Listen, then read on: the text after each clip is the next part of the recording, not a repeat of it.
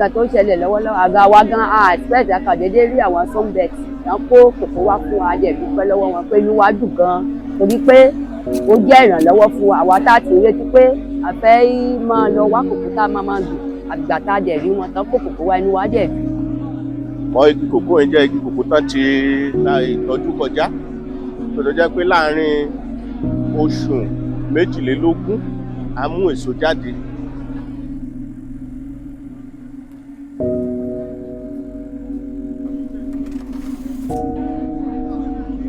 One of our activities on the farm is the supply of cocoa seedlings for our farmers in order to promote cocoa sustainability. We want cocoa farmers to have upward increase in their yield, and that's why we are supplying them with TC series cocoa. Cocoa tán fún wa yìí, tá bá rí ọdún mẹ́wàá síbí báyìí, cocoa yẹn ti develop, láti máa ká. Tá bá rẹ̀ ti ń ká, a máa rí pé owó yẹn a máa fi ṣe nǹkan rere. Ilé tá a rán ọmọ school, ilé tá a ṣe business, ilé tá a ṣe gbogbo ẹ̀, so gbogbo ẹ̀ a máa lọ ní létòlétò.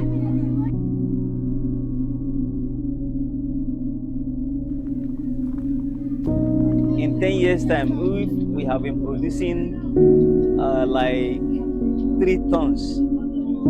With the help of the sunbed now, we can produce more than that times 3. With the help of the seedling providing for us. So far, the sunbed seedling distribution program has been running for over 3 years.